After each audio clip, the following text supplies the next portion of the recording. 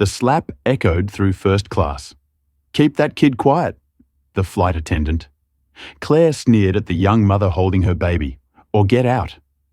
She saw a black woman who didn't belong, not Amara Jackson, the wife of the man who was listening to the entire exchange from the cockpit. As Amara's cheek burned, Claire felt a smug sense of control. She was oblivious that the calm voice about to come over the intercom belonged to Marcus Ellison, the airline's CEO, who was not just her boss, but Amara's husband. The first-class cabin of the Horizon Airlines flight from Atlanta to Los Angeles buzzed with stunned silence, broken only by the hum of the engines slicing through the sky at $35,000 FT. Amara Jackson sat in seat 3A, her cheek blazing red from Claire Ramsey's slap, the sting radiating through her jaw like a wildfire. Her 6-month-old son Isaiah nestled against her chest, his tiny hands clutching her blouse, oblivious to the chaos his soft coupe had ignited. Amara's deep brown eyes locked onto Claire's, unyielding, refusing to let tears spill, despite the throbbing pain. She wouldn't give this woman the satisfaction.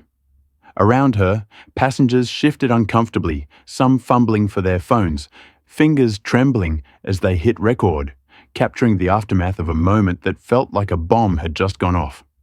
Claire stood over Amara, her 40-year-old frame, rigid, her blonde hair pulled tight in a bun that matched the crispness of her navy blue uniform. Her pale face twisted into a sneer, lips curling as she spat venom. "People like you don't belong up here. Keep that kid quiet or get out." The words dripped with contempt, her assumption clear as day. Amara's black skin, her baby, her very presence in first class were an affront to Claire's carefully curated world. A few passengers gasped, others whispered their voices, a low murmur rippling through the cabin like static. A white businessman in a pinstriped suit 2 rows back muttered to his seatmate, "She's got some nerve bringing a baby up here," his tone siding with Claire's disdain. Another, a young Latina woman, shook her head in disbelief, her fingers hovering over her phone screen, debating whether to post the unfolding drama. Amara didn't flinch.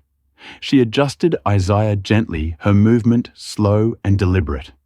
Her silence a wall Claire couldn't breach.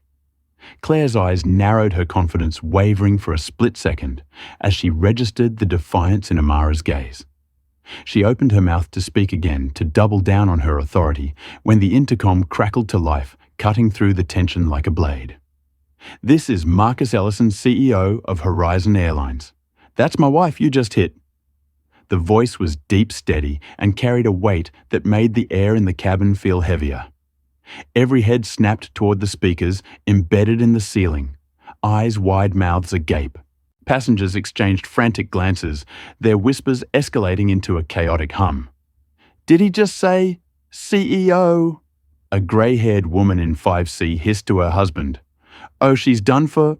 The Latina woman murmured, her phone now recording without hesitation. Claire's smirk melted away, replaced by a flicker of panic that danced across her sharp features. She laughed, a high-pitched, nervous sound that echoed hollowly in the stunned cabin. "That's ridiculous." "Some passengers playing a prank," she said, her voice loud enough to assert control, to convince herself as much as anyone else. She waved a dismissive hand, her manicured nails glinting under the overhead lights, and turned to stride back toward the galley, her heels clicking against the carpeted floor with forced confidence. But before she could take 3 steps, the captain's voice boomed over the intercom, calm but firm, shattering her delusion. "Claire Ramsey. This is Captain Holloway." That was Marcus Ellison. "Report to the galley immediately." The cabin erupted into a flurry of gasps and murmurs. The businessman in the pinstripe suit dropped his whiskey glass, the amber liquid splashing across his tray table as he gaped at the scene. The Latina woman's eyes sparkled with vindication, her phone angled to catch Claire's retreat. Claire froze mid-step, her shoulders stiffening as the reality sank in. She spun around, her face, a mask of disbelief, searching the rows for some sign this was a mistake. Her gaze landed on Amara again, who met it with that same unshakable calm, rocking Isaiah gently, as if nothing had happened. Claire's lips parted, but no words came out. Her authority. Her kingdom of first class was crumbling, and she could feel every pair of eyes boring into her. Captain Holloway emerged from the cockpit, a broad-shouldered man in his 50s with salt and pepper hair and a no-nonsense stare. He marched down the aisle, his polished shoes thudding against the floor, and stopped beside Claire.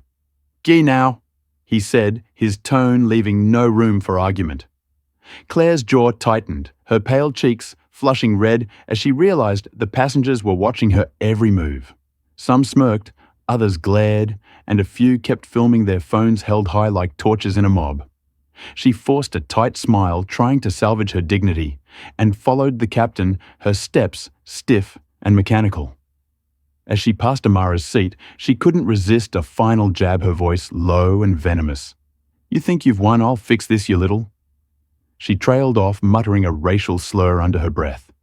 Too quiet for the captain to hear, but loud enough for Amara to catch every syllable. Amara's fingers tightened around Isaiah, her nails digging into her palms, but her face remained a fortress of composure. She wouldn't let Claire see the anger simmering beneath her skin, the fury at being reduced to a stereotype in front of strangers. The captain ushered Claire into the galley, the curtains swishing shut behind them, muffling the sharp exchange that followed. Passengers craned their necks trying to eavesdrop, but the thick fabric blocked the words. Inside, Claire's voice rose shrill and defensive. "She doesn't belong here. First class isn't for people with screaming brats." Captain Holloway cut her off, his tone icy. "You struck a passenger, Claire Marcus Ellison's wife. You're lucky you're not in cuffs right now." Back in the cabin, the mood shifted. The Latina woman lowered her phone, her expression softening as she leaned toward Amara. "You okay?" she asked, her voice gentle. Amara nodded, her lips curving into a faint smile, though her cheek still burned. "I've had worse," she said softly, her voice steady, despite the chaos.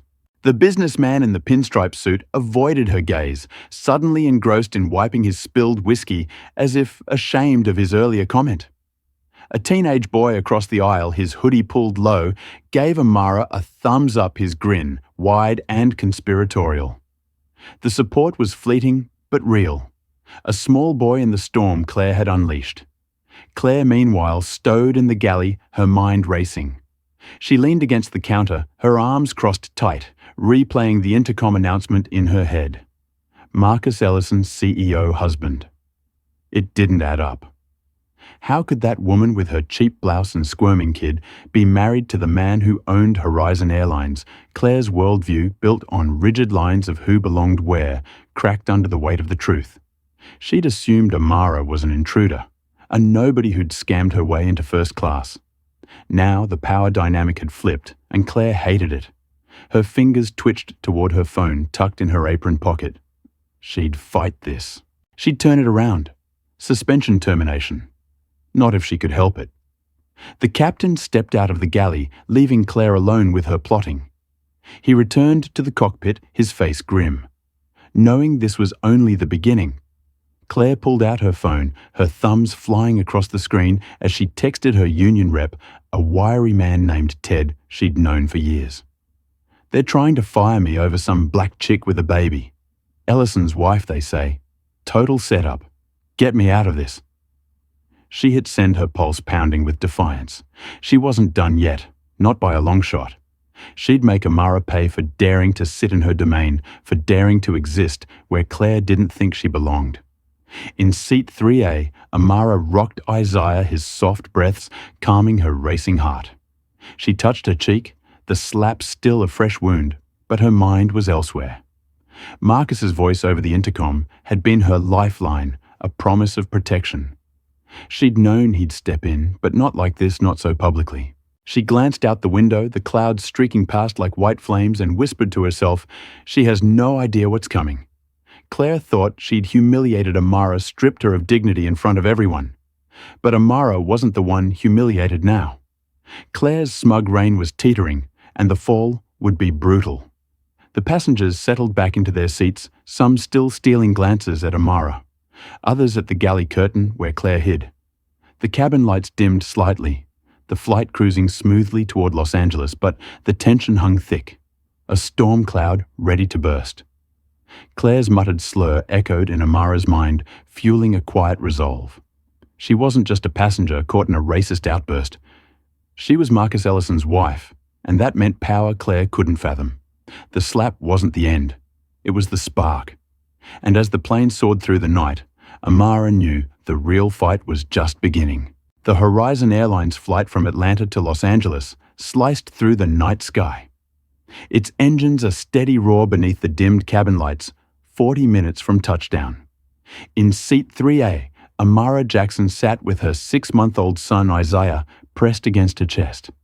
His tiny breaths a faint rhythm against the chaos that had just erupted. Her cheeks still pulsed with heat from Claire Ramsey's slap.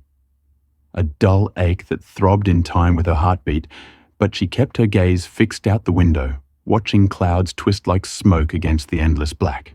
She'd won, hadn't she? Marcus's voice over the intercom had turned the tables, stripping Claire of her smug control in front of everyone. Yet something gnawed at Amara's gut, a whisper of unease she couldn't shake. In the galley behind the thick blue curtain, Claire Ramsey paced like a caged animal, her heels scuffing the linoleum floor. Her blonde bun had loosened slightly, a few strands falling across her flushed face, but her eyes burned with defiance. Captain Holloway stood before her, his broad frame filling the narrow space, his salt and pepper hair catching the faint glow of the overhead bulb. "You're suspended, Claire," he said, his voice a low growl, steady but sharp. "Conduct unbecoming. You struck a passenger, Marcus Ellison's wife no less. You're off this flight the second we land."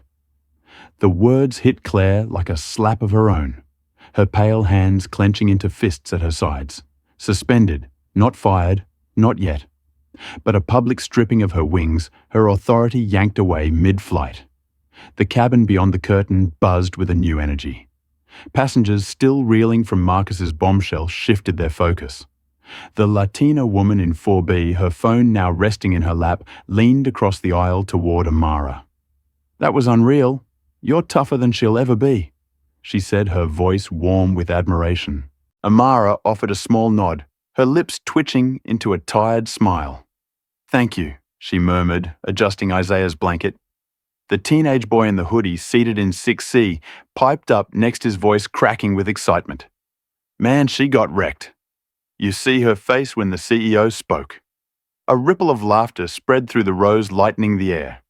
Even the businessman in the pinstriped suit who'd spilled his whiskey earlier glanced over with a grudging nod. His earlier judgment softened by the turn of events. Back in the galley, Claire's mind raced, her breath coming in short, angry bursts. Suspension wasn't the end. She'd claw her way back. She glared at Captain Holloway, her voice rising brittle and sharp. "This is insane. That woman doesn't belong in first-class, baby or not. I was doing my job, keeping order." Holloway's jaw tightened, his eyes narrowing as he stepped closer. "Your job doesn't include assault. Claire, Marcus Ellison's on the line right now, and he's promising further action. You're lucky I'm not locking you in the jump seat." Claire's stomach twisted, but she forced a scoff, her arrogance a flimsy shield. "Further action. He's bluffing. She's just some nobody with a rich husband." The captain didn't respond. He turned, brushing past the curtain, leaving Claire alone with her fury. She yanked her phone from her apron pocket, her fingers trembling as she typed a frantic message to Ted, her union rep. "Suspended mid-flight over that black chick. They're saying she's Ellison's wife. Total setup. Fight this, Ted. I'm not going down." She hit send, her pulse hammering in her ears. She wouldn't let this stand. She'd turn it around, make them see Amara as the intruder, the problem. Her lips curled into a bitter smile. She'd dealt with passengers like Amara before, people she'd pegged as out of place, and she'd always come out on top. This wouldn't be different. In the cabin, a junior flight attendant named Lyra approached Amara. Her movements hesitant, her freckled face flushed with nerves. She carried a folded blanket and a bottle of water, her hazel eyes darting toward the galley curtain before settling on Amara. "Ma'am, I'm so sorry about everything," she said, her voice soft but earnest. "Here for you and the little one." She handed over the items, her hands lingering as if unsure whether to say more. Amara took the blanket, draping it over Isaiah's tiny frame, and met Isla's gaze. "It's not your fault," she said, her tone gentle but firm. "I'm okay. We're okay." Laya nodded, relief washing over her, and stepped back, disappearing down the aisle to tend to other passengers. Amara leaned back in her seat, the leather creaking beneath her, and let out a slow breath. The applause from earlier echoed in her mind, the passengers' support a fleeting balm. She whispered to Isaiah, her voice barely audible over the engine hum. "We're safe now, baby." "She's gone." The words felt true, a fragile victory settling in her chest. Claire was suspended, humiliated out of sight behind that curtain. Marcus had her back, his voice a thunderclap that had shaken Claire's world. Amara's fingers brushed Isaiah's soft curls, her mind, drifting to the landing ahead. Maybe this was over. Maybe she could walk off this plane and leave the sting of Claire's hand behind. But then it happened. A faint ping sounded from the Latina woman's phone in 4B. She glanced at the screen, her eyes widening, and leaned toward Amara again, her voice urgent. "You need to see this." She turned the phone, revealing a video thumbnail. Claire's slap frozen mid-motion, Amara's stunned face in sharp focus. The title blazed in bold letters, "Racist Flight Attendant Owned." The view count ticked upward. 10,000, 20,000, 30,000, all mid-flight, spreading like wildfire across the internet. Comments flooded in below. "She deserved it. Horizon needs to fire her. That's Marcus Ellison's wife." Game over. Amara's breath caught. Her victory suddenly sharper, more real. The world knew now. Claire couldn't hide. In the galley, Claire's phone buzzed. Ted's reply lighting up the screen. "On it, we'll push back. Suspension's not termination. Stay cool." She smirked, a flicker of triumph cutting through her rage. The union had her back. She'd spin this, make it Amara's fault. Claimed she'd been provoked. She didn't hear the captain's radio crackle in the cockpit. Didn't catch Marcus's voice filtering through again. Low and lethal. Suspension's just the start. Holloway, she's done at Horizon. Make sure she knows. Holloway's response was, "Kurt understood, sir." Claire, oblivious, leaned against the galley counter, plotting her next move, her fingers tapping a rhythm of vengeance. Amara stared at the phone screen. The viral video, a double-edged sword. It was justice, yes, but it was exposure too. Her EBA face, her pain, splashed across the internet for strangers to dissect. She handed the phone back, her hands steady, despite the storm brewing inside her. "Thank you," she said to the Latina woman, who nodded, her expression fierce. "She's toast now," the woman replied, her voice thick with satisfaction. Amara wanted to believe it. Claire was suspended. The video was out. Marcus was in control. It felt like a wind, a clean break from the nightmare that had unfolded 35,000 FT in the air. But that unease lingered, a shadow creeping into her relief.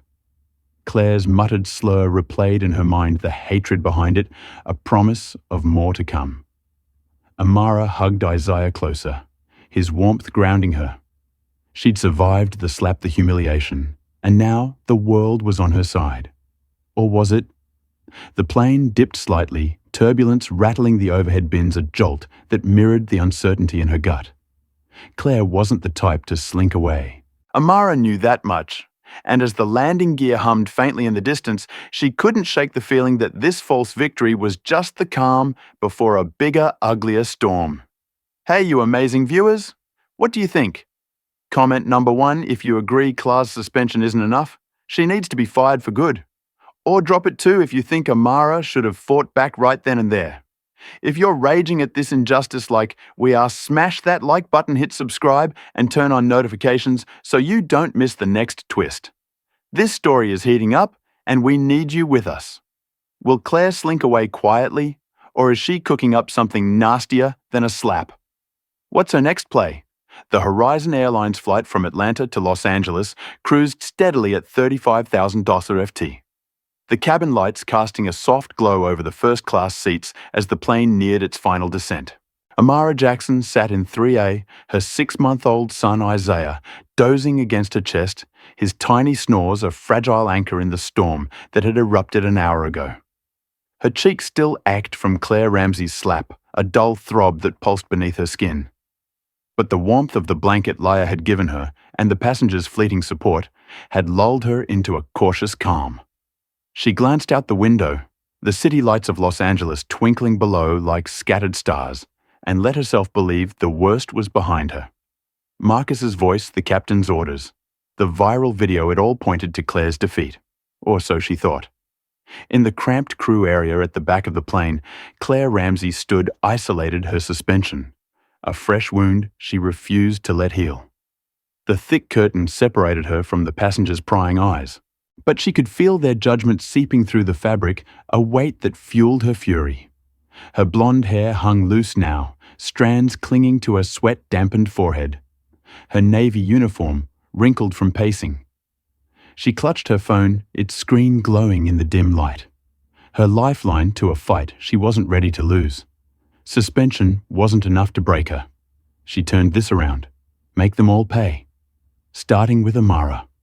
Her fingers flew across the keyboard, crafting a message to Ted, her union rep. But this time, it wasn't just a plea for help. It was a weapon. She provoked me. Claire typed her thumbs, jabbing the screen with venom. That black chick with the baby was screaming, disrupting everyone. I acted to protect the passengers. Now they're calling me racist. It's reverse racism, Ted. Spin it. She hit send, her lips twisting into a sneer as she imagined the chaos she'd unleash. She'd seen the viral video her slap plastered across the internet, but she wasn't about to let it define her. She'd rewrite the story, paint Amara as the villain, the entitled intruder who'd played the race card to ruin a hard-working white woman. Claire leaned against the wall, her breath steadying as she pictured the headlines shifting in her favor. She'd done this before, twisted truth to keep her power intact, and she'd do it again. The plane jolted slightly, a pocket of turbulence rattling the overhead bins, and Claire's phone buzzed almost instantly. Ted's reply flashed up. Got it. Posting on X now. We'll flip the narrative. Hang tight. Claire's smirk widened. Ted was fast, ruthless, a bulldog in a cheap suit who'd saved her from disciplinary hearings before. She scrolled to X herself, her heart racing, as she typed her own post, her words dripping with calculated victimhood. Attacked by a disruptive passenger in first class today. Baby screaming mum refusing to cooperate. I acted to keep peace. Now I'm suspended. This is what happens when you enforce rules against the wrong people. She tagged Horizon Airline's hit post and watched the likes trickle in her chest, swelling with defiance. Back in first class, Amara's moment of peace shattered. Laya, the junior attendant, hurried down the aisle, her freckled face pale, her hazel eyes wide with alarm. She stopped beside Amara, clutching her phone like it was a live grenade. You need to see this, she said, her voice trembling as she thrust the device forward. Amara took at her fingers, brushing Wayla's cold ones, and stared at the screen. X was ablaze with Claire's post already at 500 likes and climbing. Ted's follow-up roared louder. Claire Ramsey's a hero targeted by a privileged passenger and her CEO husband. Reverse racism at its finest. Reinstate her now. Below, a flood of replies erupted, each more vicious than the last. Welfare Queen snuck into first class. Typical crying racism to get her way. Horizons caving to the woke mob. Amara's stomach dropped, her breath catching in her throat. The viral video racist flight attendant owned had been her shield, but now it was cracking. She scrolled further, her eyes stinging as racist trolls piled on there. Words a barrage of hate aimed straight at her. Go back to the projects where you belong, one wrote. Bet she's never worked a day in her life, another spat. Threats followed, sharp and personal. Watch your back, lady. Someone needs to shut her up for good. Amara's hands shook the phone, slipping slightly as she handed it back to Laya. They're lying, she whispered, her voice tight, her calm fracturing under the weight of the onslaught. Laya's face crumpled, her voice barely audible over the engine hum. I'm so sorry. This isn't right. She glanced toward the crew area where Claire lurked unseen, and Amara followed her gaze. She couldn't see Claire, but she could feel her a shadow gloating in the darkness. The passengers around her shifted their earlier support wavering. The Latina woman in 4B frowned at her own phone, muttering, "This can't be true, can it?" The teenage boy in 6C, once grinning, now scrolled silently, his thumbs hovering, as if unsure what to believe. The businessman in the pinstripe suit snorted, his skepticism returning. "Maybe she did push her too far," he grumbled loud enough for Amara to hear. The cabin's unity splintered, doubt creeping in like fog. Amara hugged Isaiah closer, his warmth a lifeline as her mind raced. Claire wasn't done. Suspension hadn't silenced her. It had lit a fuse. Amara's false victory, that fleeting moment of safety, dissolved into a new nightmare. She pulled out her own phone, her fingers steady, despite the panic clawing at her chest, and dialed Marcus. His voice answered on the first ring, deep and urgent. "Amara, you okay? I saw the video. She's suspended, but it's worse now." Amara cut in her words, rushing out. "She's lying online." Marcus saying, "I attacked her. People are threatening me." Marcus's silence stretched for a beat. Then his tone hardened. Steel in every syllable. "I'll sue her for defamation. She won't get away with this." Amara nodded, though he couldn't see her, clinging to his promise like a raft in a storm. She ended the call, her eyes drifting to the window again. The lights of Los Angeles, closer now, a sprawling grid of hope and danger. Marcus's power was her shield, but Claire's retaliation was a blade she hadn't seen coming. The plane banked slightly, the descent beginning, and Amara's pulse quickened. She'd thought the slap was the worst of it, that Claire's humiliation would end it. But the smear campaign was bigger, uglier, a racial firestorm she couldn't outrun at $35,000 foot. She kissed Isaiah's forehead, whispering, "We'll fight this, baby." Her voice a vow against the hate raining down on her. In the crew area, Claire refreshed X, her smirk growing as Ted's post hit 1,000 likes. Racist trolls swarmed the thread, their fury a chorus she'd summoned with a few well-placed lies. She didn't care about the truth. Amara had provoked her by existing, by daring to sit in first class with her dark skin, and her baby by being Marcus Ellison's wife. Claire's worldview demanded she punish that, and now she had an army to do it. She typed another post, her fingers dancing with glee. "Thank you for the support. I'm the real victim here. She's using her husband's money to silence me." The likes spiked again, her grin widening. She'd flipped the script, turned Amara's victory into a trap. The cabin lights flickered as the plane dropped lower, the captain's voice crackling over the intercom. "Prepare for landing in Los. Angeles cabin crew, take your seats." Claire stayed put, her suspension keeping her from the jump seat, but she didn't care. She'd planted the seeds, and they were growing fast. She imagined Amara squirming up there, reading the hate, feeling the walls close in. "Good letter. Squirm." Claire's phone buzzed again. "Ted. Union's pushing Horizon hard. We'll get you back." She leaned back, satisfaction curling in her chest. Suspension was temporary. She'd win this war. Make Amara regret ever stepping onto her plane. Amara sat rigid in 3A. The city lights now a glaring sprawl beneath her. The viral video had been her triumph, but Claire's lies had poisoned it, turning strangers into enemies. Marcus's lawsuit would fight the defamation, but the damage was spreading a wildfire she couldn't contain. She glanced at Isaiah, his peaceful sleep a stark contrast to the chaos in her mind. She'd thought she was safe, that Claire's suspension was the end. Now, with every ping of a notification, she felt the ground slipping away. The plane's wheels winded as they lowered, the landing imminent. But Amara knew this was no escape. Claire's retaliation had begun, and it was only going to get worse. The Horizon Airlines flight from Atlanta to Los Angeles touched down with a sharp jolt, the wheels screeching against the runway as the plane slowed to a halt at the gate. Amara Jackson sat in seat 3A, her 6-month-old son Isaiah stirring against her chest, his soft whimpers breaking the silence that had settled over her during the final descent. Her cheek still burned from Claire Ramsey's slap, a lingering sting now overshadowed by the digital venom Claire had unleashed mid-flight. Amara's phone rested in her lap. It screamed dark but heavy with the weight of the racist threats and lies she'd glimpsed before takeoff. She adjusted Isaiah's blanket, her fingers trembling slightly, and took a deep breath. The plane was her battlefield, but the terminal ahead promised safety. Marcus was waiting. She'd walk off this nightmare and leave Claire's hate behind. That's what she told herself.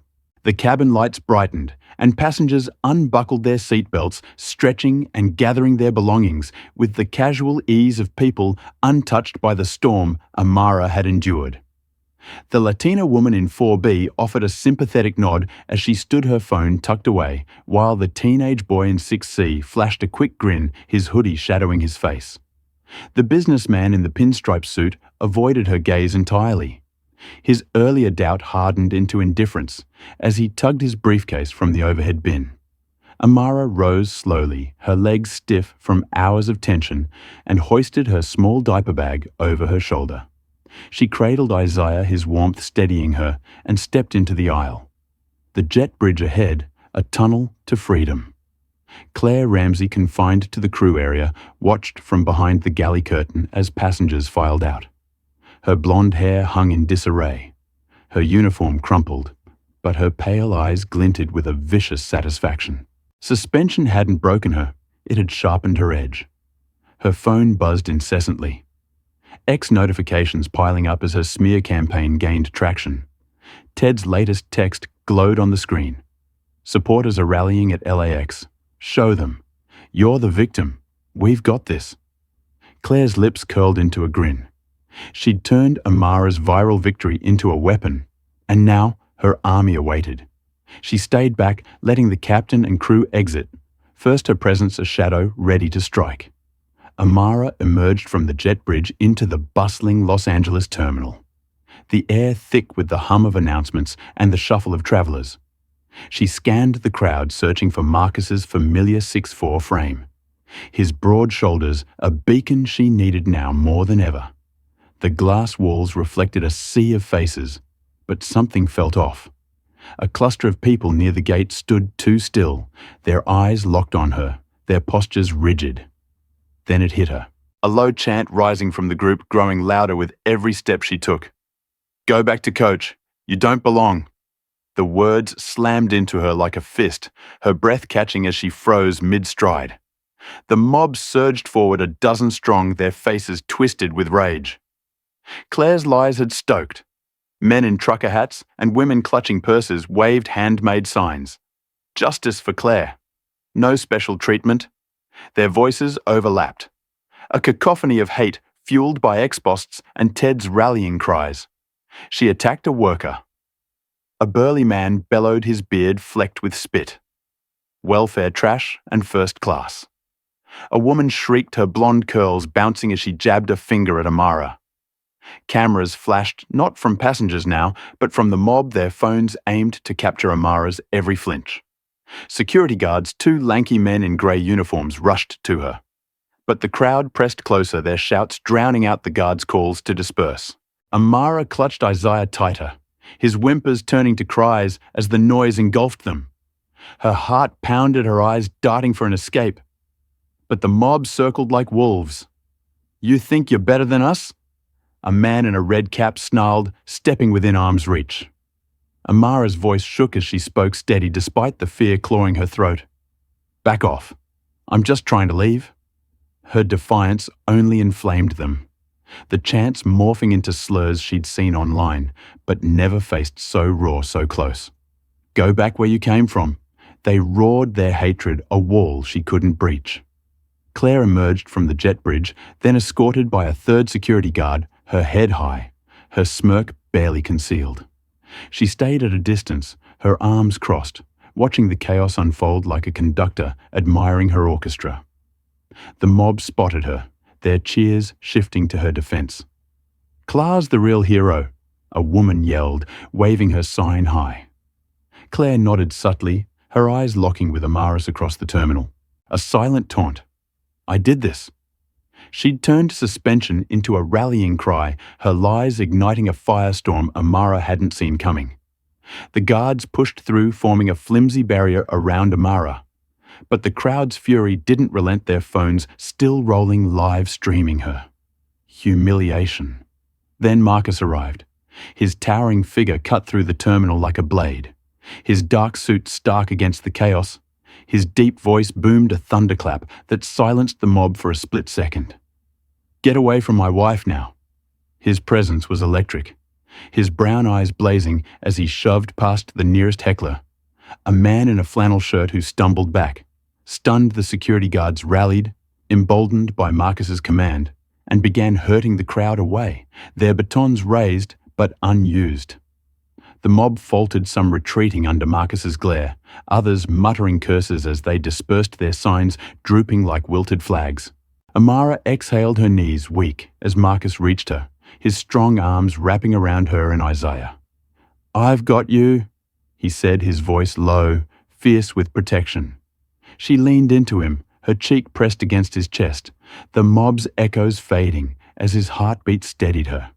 The terminal buzzed around them, travelers gawking. But Marcus's power carved a bubble of safety she clung to. He turned to Claire, who stood 50 feet away, her smirk faltering as she met his gaze. "You're fired," he declared, his words cutting through the air like a guillotine. "Effective immediately, no appeal. You're done at Horizon." Claire's face twisted, her pale skin flushing crimson as she stepped forward, her voice shrill with disbelief. "You can't do this. I've got rights." "The union?" Marcus cut her off, his tone icy. "Assaulting my wife, smearing her online. You've got nothing. Get out of my airport." The security guard beside Claire grabbed her arm, pulling her back as she screamed, "This isn't over. You'll pay for this." Her threats echoed hollow against Marcus's authority, but her eyes burned with a promise of vengeance. She jerked free, storming toward the exit, her heels clacking a furious rhythm. Amara watched her go. Marcus's arm, a shield around her shoulders. The mob was gone, scattered by security, their cameras stilled. She felt a flicker of triumph, a near wind pulsing through her veins. Claire was fired, not just suspended. Marcus had crushed her in front of everyone. Isaiah quieted his cries, easing as Amara rocked him gently, her breath steadying.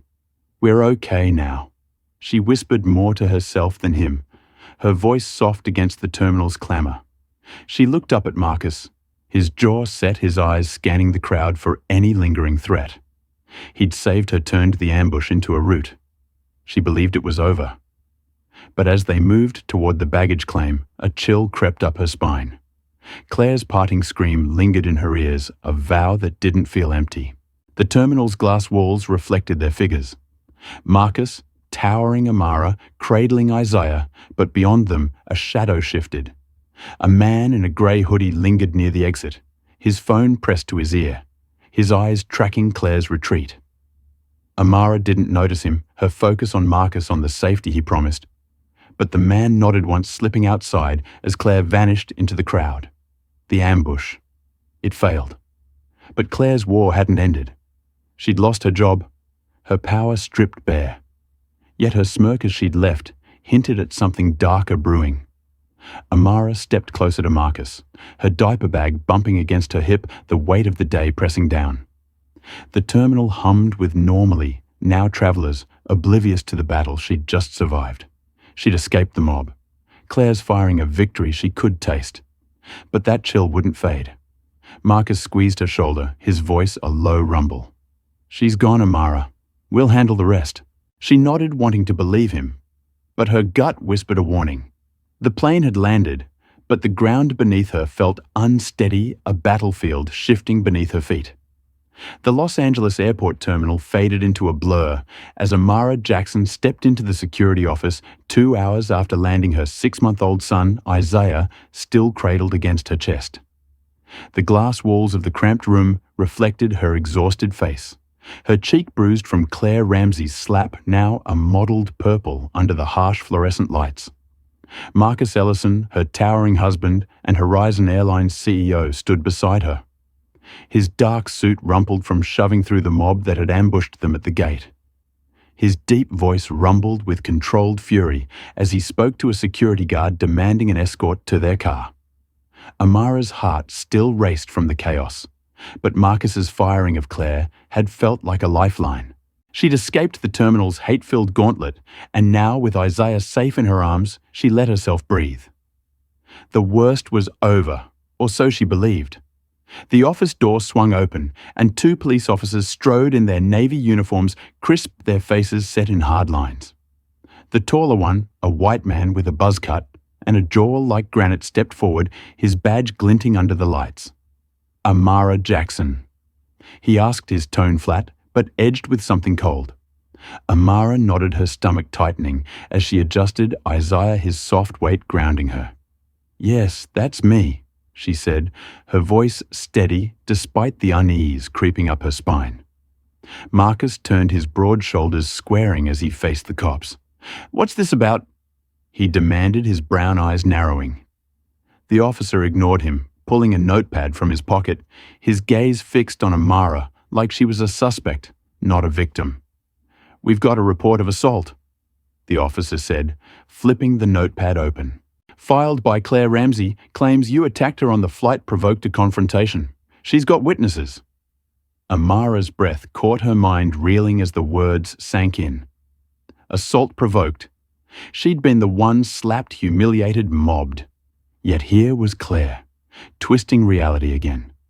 Marcus stepped closer, his voice rising. "That's a lie. She hit my wife. There's video proof. Hundreds saw it." The second officer, shorter, with a patchy beard, smirked faintly, his hand resting on his belt. "We've got a different video," he said, pulling out his phone and tapping the screen. Amara's blood ran cold as the grainy footage played. It showed her in first class, but the angle was skewed, the sound distorted. Claire's slap was missing, replaced by a clip of Amara raising her arm as if striking first, while Claire flinched dramatically.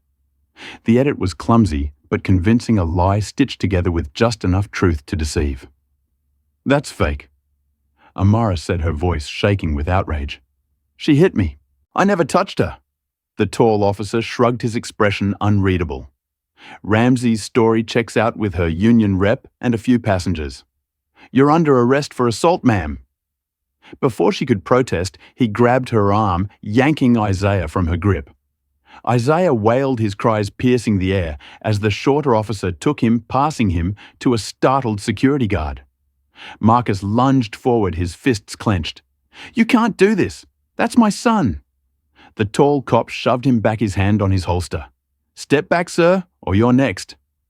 Amara's world tilted, her wrists locked in cold steel as handcuffs snapped shut.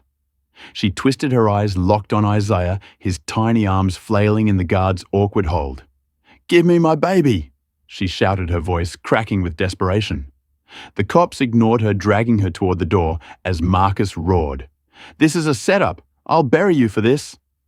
Claire watched from outside, half hidden behind a vending machine in the terminal hallway. Her blonde hair was tucked under a baseball cap, her fired status a fresh scar she'd turned into fuel. She'd filed the police report an hour ago, Ted handing her the doctored video her union allies had rushed to create. Her lips curled into a satisfied grin as Amara stumbled, handcuffed, her cries for Isaiah echoing through the glass. Claire had lost her job, her power stripped by Marcus's decree. But this was better. Jail would break Amara, smear her name beyond repair. The cops, quick to buy Claire's tearful poor white woman act, were her pawns in a game she refused to lose. Amara's feet dragged against the linoleum as the officers hauled her through the terminal. Passengers gawking, some whispering, others filming. The mob from earlier had dispersed, but their hate lingered in the air. A stench Claire's lies had thickened. Marcus followed, his phone pressed to his ear, barking orders to his lawyer. A sharp-edged woman named Evelyn he'd hired on the spot. Get her out now. It's a frame-up. Fake video. Biased cops. Sue Ramsey for everything she's got. His voice trembled with rage, but the system didn't bend. The tall officer shoved Amara into a squad car outside the door, slamming shut with a finality that crushed her fleeting victory. Inside the car, Amara's wrists ached against the cuffs, her chest heaving as she fought panic. Isaiah's cries haunted her, a sound she couldn't reach. The shorter cop slid into the driver's seat, his smirk visible in the rearview mirror. "Should have stayed in, coach," he muttered, his tone dripping with the same racism Claire had wielded. Amara's eyes burned, but she refused to cry. "You're wrong," she said, her voice low, fierce. "That video's a lie." "She hit me." The cop chuckled, starting the engine. "Tell it to the judge, lady. Your kind always has excuses." Claire slipped away from the vending machine. Her cap pulled low as she melted into the terminal crowd. She texted Ted, her fingers swift. "She's arrested. Video worked. Keep pushing." His reply buzzed back. "Union's on it. Filing for my reinstatement now." "You're golden." Claire's grin widened. Marcus had fired her, but she'd flipped the board. Turned Amara's escape into a cage. The cop's bias, the doctored footage, the union's muscle. It was a perfect storm, and she'd summoned it. She imagined Amara in a cell, stripped of her baby, her dignity, her CEO husband powerless against a system rigged to believe Claire's tears over Amara's truth. Marcus stormed back into the security office, slamming his fist on the desk as the guard handed Isaiah to a social worker who'd just arrived, her clipboard clutched like a shield. "Where's my wife?" he demanded, his voice a growl that made the guard flinch. "Police took her. Assault charge." The guard stammered, stepping back. Marcus snatched Isaiah, cradling him as the social worker protested weakly. "She's not taking my son. This is a setup, and I'll prove it." He dialed Evelyn again, his words sharp. "Find that real footage. Get Amara out tonight. Ramsey's behind this. I want her crushed." Amara sat in the squad car, the city lights streaking past in a blur of red and gold. Her mind raced, piecing together Claire's trap. The slap, the smear campaign, the mob, and now this. False charges, a doctored video cops who saw her skin before her story. Her victory in the terminal. Marcus's firing of Claire had been a mirage shattered by a legal snare she hadn't seen coming. She clenched her fists, the cuffs biting into her wrists, and whispered to herself, "I'll fight this for Isaiah." But as the car turned toward the station, the weight of Claire's retaliation sank in. This wasn't just revenge. It was annihilation. Hey, you incredible viewers, this twist has us reeling. Comment number 1. If you think Claire's gone too far with this fake video. Lock her up instead, or drop her too, if you believe Amara's strength will outshine this mess. If you're furious at this injustice, hit that like button, subscribe, and turn on notifications. We're in this fight together. Marcus is raging, but can he break this legal trap? What's Claire's next move now that she's got Amara in cuffs? The Los Angeles police station loomed in the grey light of dawn, its concrete walls stark against the smoggy skyline as Amara Jackson stepped out of the holding cell. Her wrists raw from the handcuffs that had bound her overnight. Her 6-month-old son, Isaiah, wasn't with her. Marcus had taken him home after a tense standoff with social services, but the ache of his absence gnawed at her chest. Her cheek still bore the faint purple imprint of Claire Ramsey's slapper mark, now dwarfed by the legal trap that had landed her here. Released on bail just hours ago, thanks to Marcus's lawyer Evelyn, tearing through red tape, Amara clutched her jacket tight, her dark eyes scanning the street for Marcus's black SUV. She'd survived the false assault charge for now, but the air felt heavier. Charged with a storm she couldn't yet see, Marcus pulled up, his 6'4" frame unfolding from the driver's seat, his face etched with exhaustion and fury. Isaiah slept in the back, strapped into his car seat, his tiny chest rising and falling peacefully. Amara rushed to him, her fingers brushing his soft curls as tears pricked her eyes. "He's okay," Marcus said, his deep voice a lifeline as he pulled her into a brief, fierce hug. "Evelyn's got the real footage queued up. We'll bury Ramsey." Amara nodded, climbing into the passenger seat, her body trembling from the night in a cell, the cop's sneeze still echoing in her ears. She thought Claire's firing was the end, that the arrest was the worst of it. She was wrong. As the SUV rolled through the city, Amara's phone buzzed a flood of notifications lighting up the screen. She'd barely touched since the flight. She unlocked it, her breath catching as she saw the headline plastered across every news app. Black woman attacks heroic attendant video evidence. The doctored footage from Claire's police report had exploded online, shared by outlets hungry for a scandal. The story spun wildly out of control. Amara the aggressor, Claire the victimized worker standing up to privilege. Comments below the articles were a cesspool of hate. She's a thug hiding behind her rich husband. Typical entitlement assaulting staff over a baby. Horizon's CEO should be ashamed. Amara's hands shook the phone slipping to her lap as she stared at Marcus. They're believing her, she whispered, her voice cracking. Marcus gripped the steering wheel, his knuckles whitening. It's fake. We'll prove it. Evelyn's filing defamation today. But the damage was racing ahead. Unstoppable.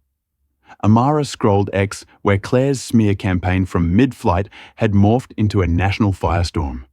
Ted, her union rep, posted relentlessly. Claire Ramsey's a martyr for workers' rights targeted by a violent passenger. Justice now. The doctored video racked up millions of views, drowning out the original racist flight attendant-owned clip that Hoare had briefly been her shield. By noon, protests erupted outside Horizon Airline's Los Angeles headquarters. A squat glass building shimmering in the heat. A crowd of 50 swelled to 200. Claire's supporters waving signs scrolled with venom. Justice for Claire. No VIPs over workers. Reinstate Ramsey. They chanted her name, their voices a roar that rattled the windows. News vans lined the street, cameras rolling as anchors spun Claire's narrative live. A flight attendant fired unjustly now fights back against a privileged passenger's assault. One reporter intoned, her blonde hair bobbing as she gestured to the crowd. Amara watched from the SUV parked a block away, her stomach twisting as the mob's hate pulsed through the screen Marcus held up on his tablet. At home, the nightmare deepened. Marcus's phone rang off the hook. His assistant liar from the flight, even all reporting threats pouring in. We're getting death calls, Marcus said, his voice tight as he paced their living room. Isaiah asleep in a crib nearby. They've got our address. Someone said they'd burn the house down. Amara froze, her eyes darting to the windows, the curtains suddenly too thin. She'd escaped jail. But Claire's lies had turned their sanctuary into a target. The iBudge TV blared a pundit praising Claire. She's a symbol of resistance against elitism and reverse racism. Amara's skin prickled, the racial undertones, a knife twisting deeper. Claire, meanwhile, basked in her twisted triumph. She sat in a cheap motel room across town, her blonde hair pulled back, her fired status, a badge she'd flipped into gold. Ted had secured her a TV spot, and she strode onto the set of a local news station. Her uniform swapped for a modest blouse, her eyes glistening with rehearsed tears. I was just doing my job, she said, her voice trembling for effect. That woman attacked me, and now I'm the villain, because her husband's rich. It's not fair. The host nodded sympathetically, the audience clapping as Claire wiped her eyes. Off camera, Ted texted her. Unions pressuring Horizon, temporary reinstatements on the table. You're winning. Amara fought back her resolve, hardening against the onslaught. She grabbed her phone hands, steady now, and recorded a video in their kitchen, the morning light streaming through. This is the truth, she said. Her voice raw but fierce, holding up her bruised cheek to the camera. Claire Ramsey slapped me. She's lying, faking videos, turning people against me because of my skin. I'm not a criminal. I'm a mother, a wife, a passenger who paid for her seat. Tears welled, but she blinked them back, her gaze piercing. I need you to see me. She posted it, her heart pounding as it uploaded, praying it had cut through the noise. The video gained traction. 10,000 views, then 50,000. Some allies emerging in the comments. She's telling the truth. Claire's a liar. Look at that bruise. But Claire's machine was stronger.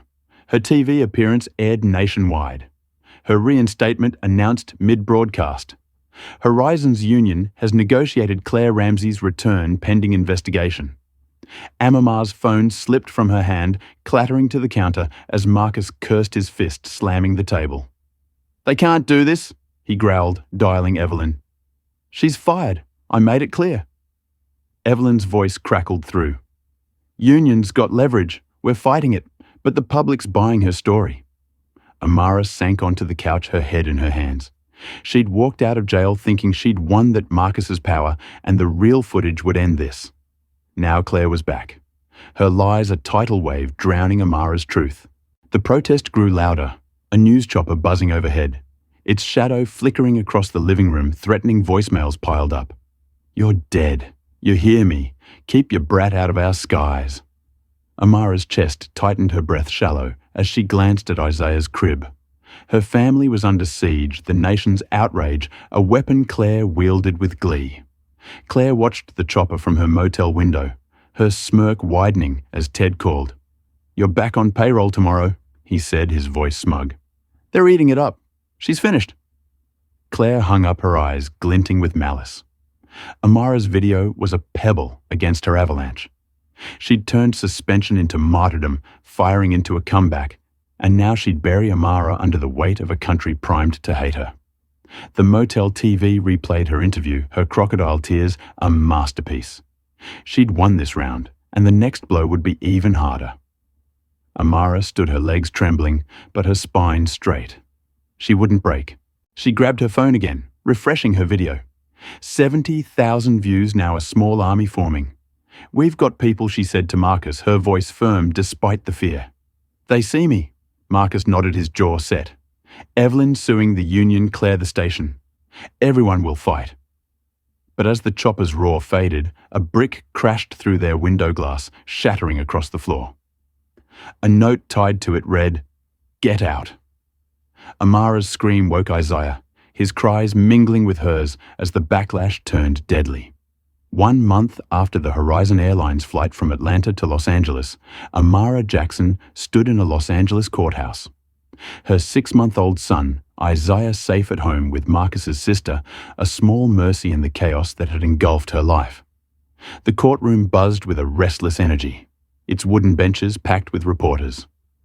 Claire Ramsey supporters, and a handful of Amara's allies. Their whispers a low hum beneath the fluorescent lights. Amara's cheek had healed. The bruise from Claire's slap faded to a faint shadow, but the weight of false assault charges pressed down harder than ever. She wore a navy blazer, her hair pulled back, her dark eyes steady as she faced the judge's bench.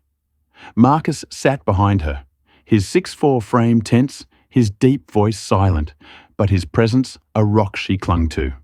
She'd thought the threats the brick through her window were the worst. Today would prove her wrong. The judge, a grizzled white man named Harold Grayson, banged his gavel, his jowls quivering as he glared over his glasses. His reputation as a hardliner with a history of bias against minorities hung over the room like a storm cloud. "Order!" He barked, his voice growly, silencing the crowd. Amara's lawyer, Evelyn, a sharp-eyed woman in her 40s, with a steel grey bob, stood beside her, her briefcase stuffed with evidence Marcus had fought to secure. Across the aisle, Claire Ramsey sat at the prosecution table.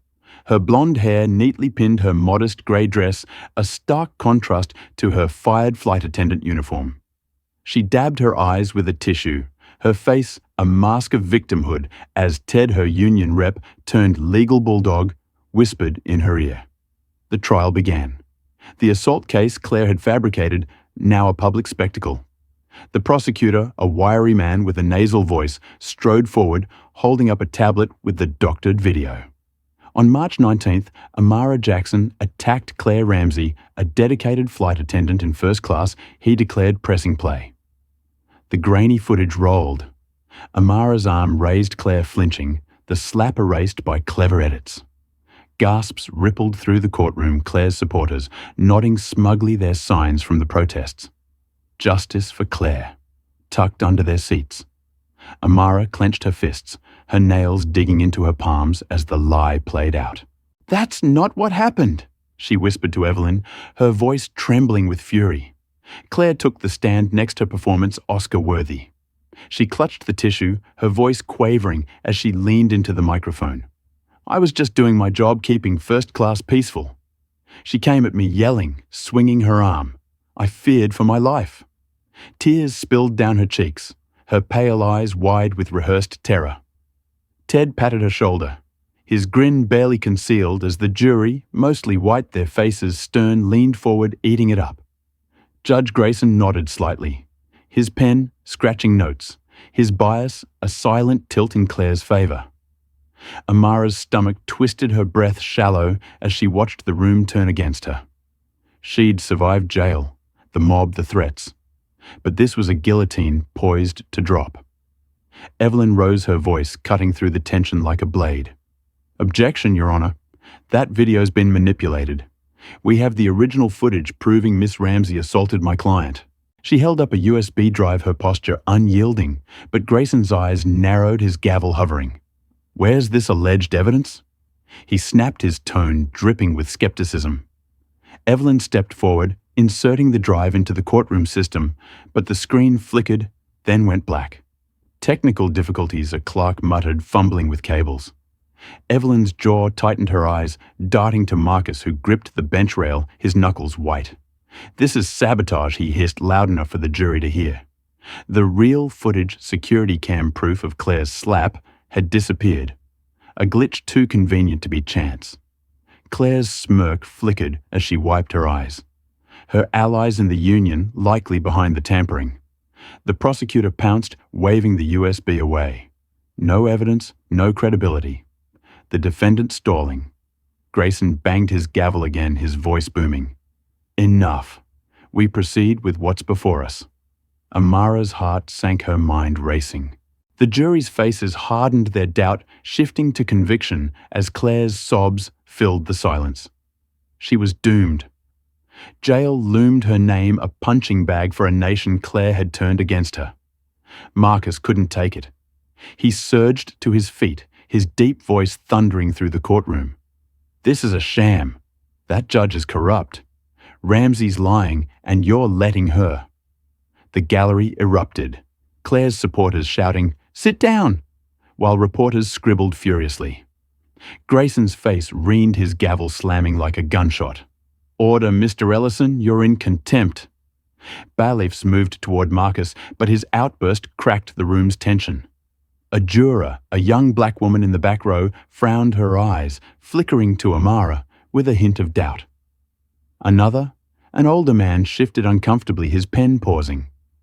Amara felt a spark of hope, her breath steadying, as Evelyn whispered, "He's swaying them. We've got a shot." Claire's mask slipped for a split second, her eyes narrowing as Marcus sat, his glare locked on her. She'd played the victim flawlessly, but his rage had pierced her act. Ted leaned over, his voice urgent. "Stick to the script. We've got this."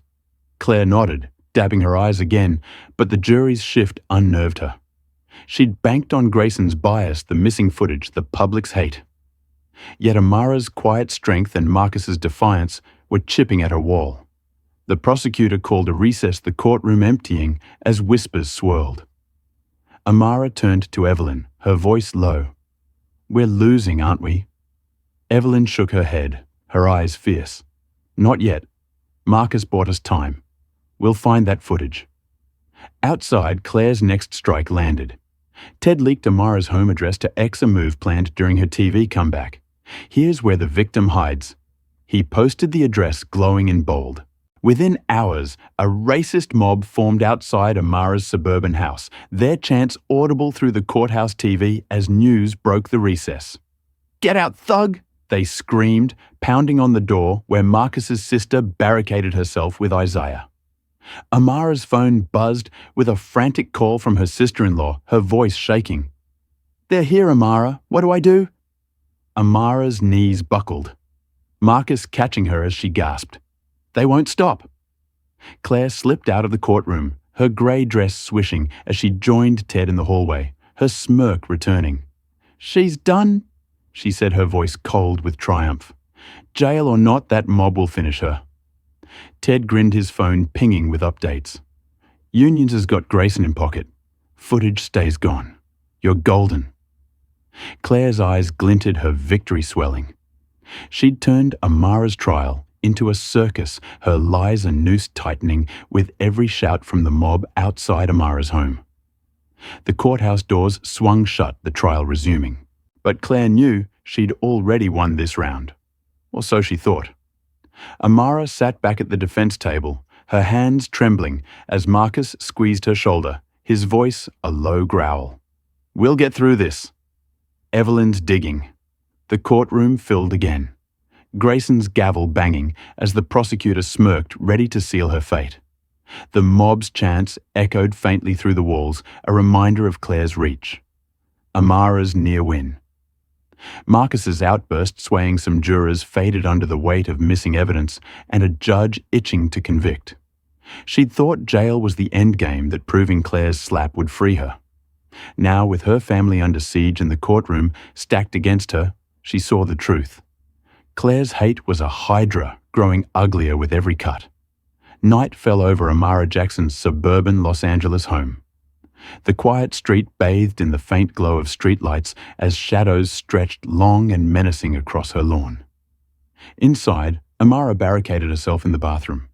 Her 6-month-old son Isaiah clutched tight against her chest, his soft whimpers muffled by her trembling hand. Marcus was still at the courthouse, fighting the trial's chaos with Evelyn, leaving Amara alone with her sister-in-law Kesha, who'd fled to a neighbor's house with her own kids after the mob arrived. The courtroom had been a battlefield, but this was war. Claire Ramsey's leak of Amara's address had unleashed a racist horde, and now they were here pounding at her door. She'd thought Marcus's outburst had given her a chance. She was wrong. The mob outside swelled to 20, their voices a guttural roar that shook the walls. "Get out! You don't belong here!" A man bellowed his words, slurred with rage as he hurled a rock through the living room window. Glass shattered, the crash echoing like gunfire, and Amara flinched, her back pressed against the bathroom door spray paint, hissed red streak spelling slurs across her white siding. Thug welfare trash. The crowd fueled by Claire's ex-leak and the trial's lies surged forward, fists banging on the wood boots, kicking at the frame. A woman screeched, "You attacked Claire! Pay for it!" Her voice piercing the night as another brick sailed through, splintering the coffee table Amara had saved months to buy. Amara's heart hammered, her breath shallow as she fumbled for her phone, dialing 911 with shaking fingers. "Help us! They're breaking in!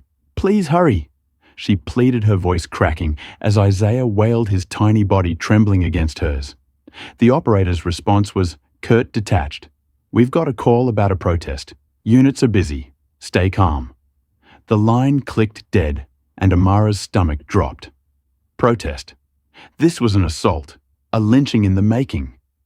And the cops, echoing the bias that had jailed her, dismissed it. She slid to the floor, the tile cold against her legs, and rocked Isaiah, whispering, "Shh, baby, we'll be okay." Though the lie tasted bitter on her tongue. Outside, the mob escalated a Molotov cocktail, arcing through the broken window flames, licking the curtains as smoke billowed into the house. Amara's eyes widened, her pulse racing as she smelled the acrid burn. She grabbed a towel, soaking it in the sink, and pressed it to Isaiah's face, coughing as the haze thickened. The front door groaned under a battering ram. Someone had brought tools, their intent clear. They wouldn't stop until she was gone. "Burn it down!" A man shouted, his silhouette hulking against the flickering firelight. Amara's mind raced her trial, fading to a distant nightmare. Survival was all that mattered now. Claire watched from a safe distance, parked in a rental car 2 blocks away.